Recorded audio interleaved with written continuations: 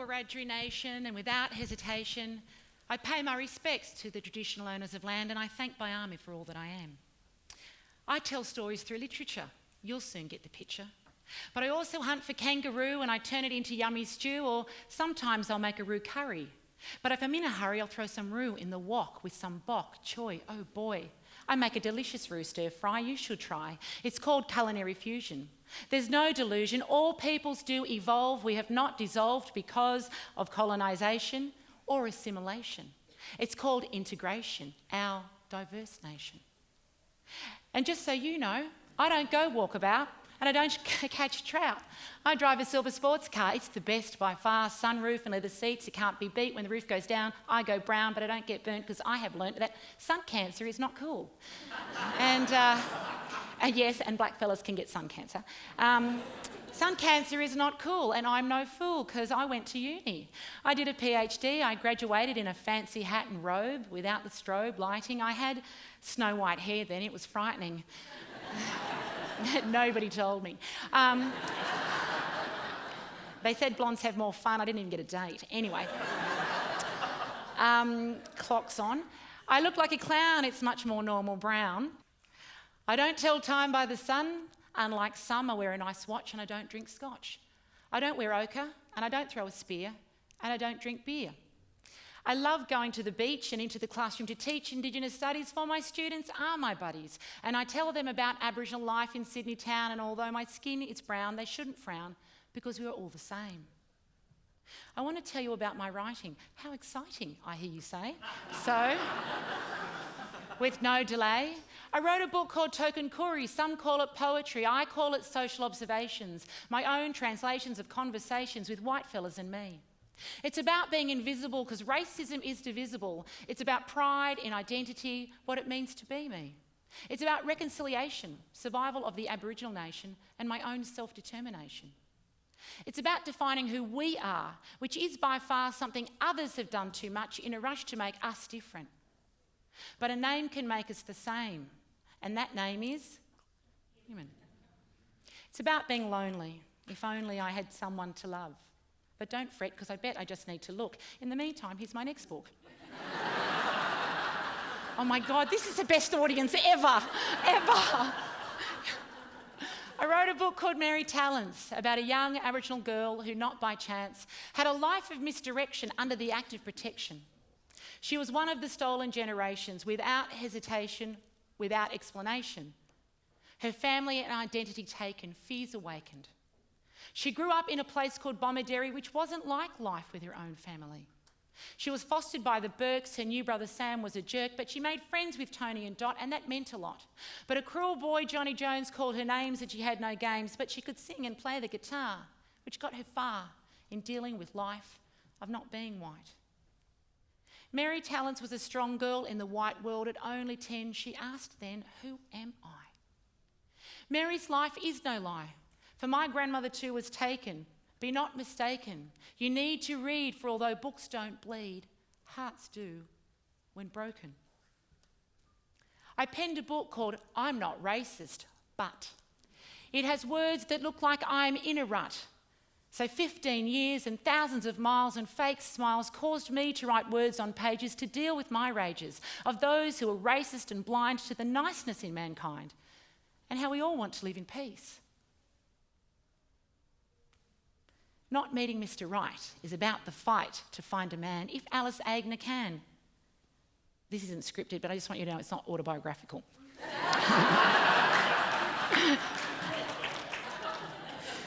She's a little bit like Bridget Jones and doesn't want to be alone. And I wrote this book about dating, about finding love, not hating, as I listened to sad songs and wrote about my Mr. Wrongs. Whoops, it is autobiographical. Oh, I'm happy for the novel's narrator. She doesn't marry an ice skater, but she does find love, and like a silk glove, it fits. In Avoiding Mr. Right, I wrote about a woman called Peter. I really think you should meet her.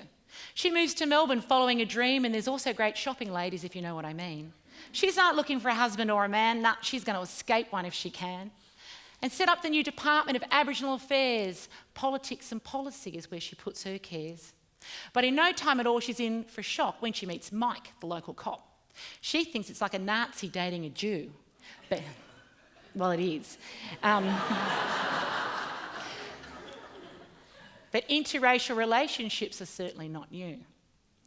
But Peter finds herself in a terrible bind because she does not believe that love should be blind. Do you know we lived without PowerPoint for tens of thousands of years? And really?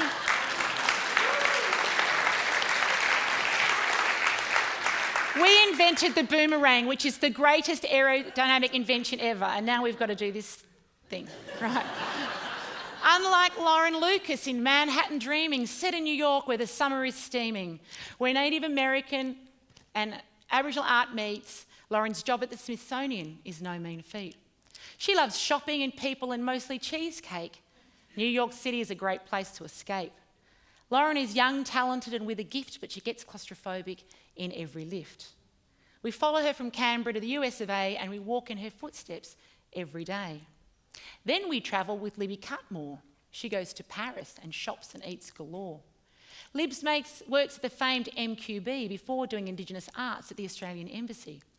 She makes friends with a Romanian afraid of deportation and hates the French banning the burqa legislation. Libby is busy and has no time for love, but when the right one comes along, it's a sign from above. As you can imagine, researching in Paris for me was a chore, where I bought that handbag so I could write it off on tax and put on the cover, right? As you can imagine, researching in Paris for me was a chore, where eating croissants and macaroons is almost the law. My latest book, Am I Black Enough for You?, aims to demolish a stereotype or two. It focuses on the strong women and role models in my life. It says you can have purpose, though not a mother or wife. It challenges expectations placed on Kooris or Murrays every day. It's about an identity they cannot take away. And basically that's my life as an urban-based writer. My days at my desk or researching could be no brighter. I'm awake by 6, on the go by 7. By 9 a.m, I'm in writer's heaven. I check Twitter and Facebook and I organise my space. My office here at the State Library of Queensland is my own sacred place. Sometimes I run along the river, or I'll just sit and I'll stare, and the words in my deadline are my only care. Sometimes I worry I won't have the right word, and hearing this you might think I'm a nerd. But I truly love what I do because being a writer today brought me to you.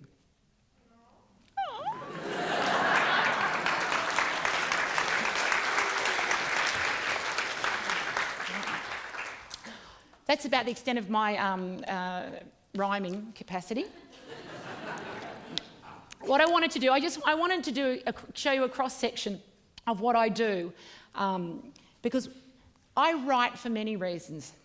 First and foremost, I write because I want to put Aboriginal Australia into the Australian literary landscape, where we didn't belong as contemporary women living in cities, and 32% of our people live in urban centres.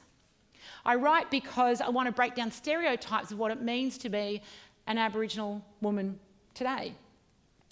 I write because I want our young people to be inspired and encouraged to pick up books. It's not rocket science. Brown kids want to see brown kids on the page. In recent years, I've written with the idea of sameness in mind, and I only started thinking about it when I started writing chick lit, which apparently is now called chocolate because the character's brown. Someone said to me, do you mind being called a chocolate author? I said, I've been called a lot of worse things than that, so that's fine. That's kind.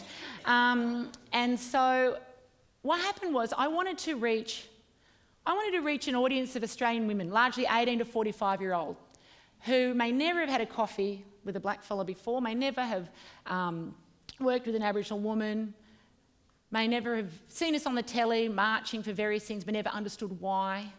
Or worse, I wanted to reach Australian women who had never even thought about us as Australian women also. And I thought, how do I connect with these women? How do I reach women who are readers and get them to start thinking about the issues that are important to me as an Aboriginal woman today? Social justice, arts, culture, politics and so forth. So I started thinking about what we had in common. To be honest with you, when I started writing Not Meeting Mr. Right, I was really just purging myself of 15 years of bad dates. But there's always a purpose aside from that. The purpose was reaching this audience. And so I thought about what do we have in common? We have more things in common as women than we have that's different. If we just think about our personal relationships first with our sisters, our titters, our mothers. We value our friendships and so forth. We think about it for those of us on a relationship journey. If Mel Buttle's still here, I think we might do the same thing in terms of internet dating, but I'm sure our experiences are different when we get on the date. Lots of my first dates turned into cultural training awareness workshops.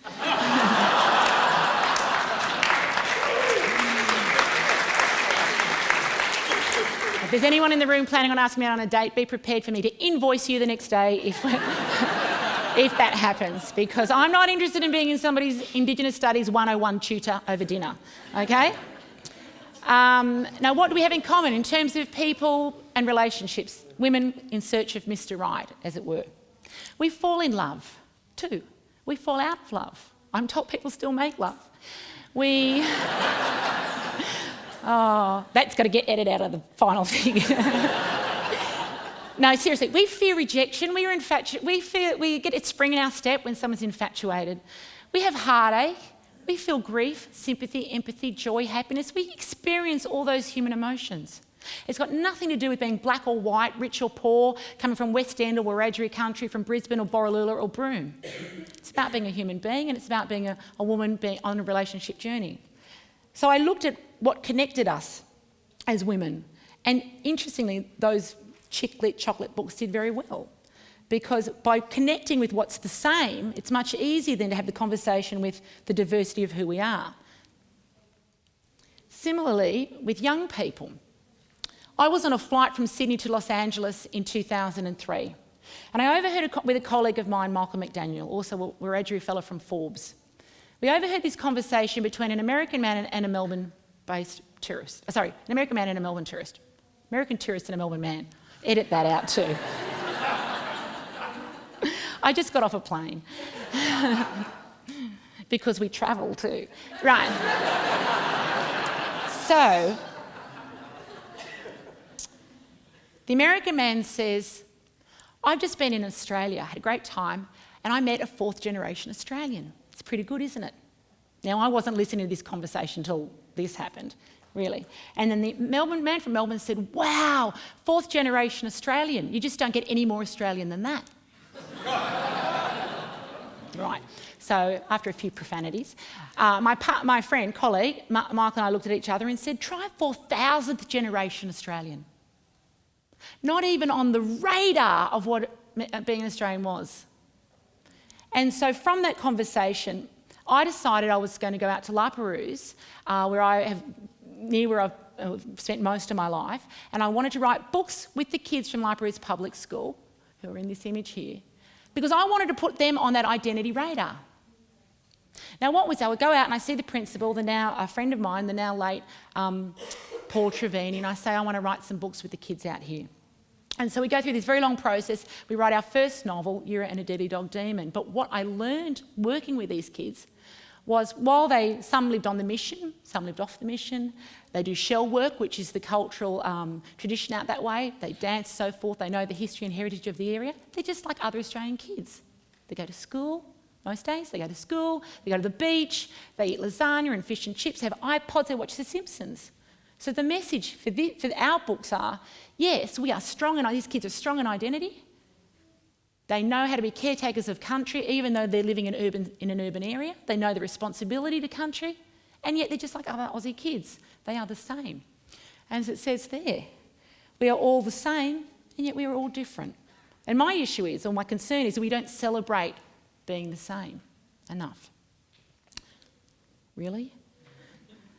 How can we see, that was a slide that's been lost. How can we be the same when we have different identities? I want to do an exercise. Can we get the lights up a little bit? Is that possible? This is an exercise I saw done with Michael McDaniel at Macquarie University. And it's a great way to demonstrate the point. Can you please raise your hands if you identify as Australian? The overseas, what would we say? 95%, 90%, 100%, 95%? 95%, thank you. Could you put your hand up again, please, if you have some other heritage, English, Irish, Chinese, Japanese, anything. Carl, what would you say? 90%? 95% of the 95%. Thank you. For the people, maths isn't my strong point. Right. I'm watching the clock here. For the people who put their hands up twice, would it be fair for me to say to you that you have one identity, that of being Australian, and many heritages? Would that be a fair thing to say? Can I see some nods? One identity, many heritages? Well, so do we. We have one identity, that of being Wiradjuri or Aboriginal, Bundjalung, whatever. One identity, many heritages. But I never hear non-Indigenous Australians saying, oh, I'm half-caste Australian, or I'm part Australian because my father or mother or grandfather was born somewhere else. So there's a language that's used by Westerners about Indigenous people around the world which makes us different. Because it's not a language that we use. Westerners evolve and change and modernise, become cosmopolitan and multicultural. When we do those things, we're told we're losing touch with our roots, we're straddling two worlds, our bloodlines are being watered down, and we're part, quarter. And don't kid yourself, that language doesn't still get used, because I go to schools all the time, and it still does get used. So as a writer, language matters to me. So there's a language that's used by Westerners that makes us different. My message today to you, and my challenge is that I want you, the next time you're thinking about what makes you different, separates you from someone else, I want you to slap yourself in the face. Not literally, unless you really feel you need to, then knock yourself out. But I want you to splash yourself with water and remind yourself, think to yourself, what makes me the same as that person? What can possibly connect me? Next time we think seeing things about asylum seekers, what worldview, as a parent, what would connect me with someone who's putting their family on a boat for a better life? Because I believe that the more we talk about and consider what makes us the same as human beings, what worldviews we share, what values we share, and I'll just really quickly, because my father couldn't speak English when he met my mother. Austrian, she was from a Rambi mission, fell in love with her, nothing in common, complete opposites. They shared values, family, work and so forth. So what values can we share with someone who we believe is completely different to us? Because I believe when we do that, and the more we talk about what connects us and makes us the same as other human beings, then only then will we move towards having a greater sense of personal and communal peace. Thank you. Say that.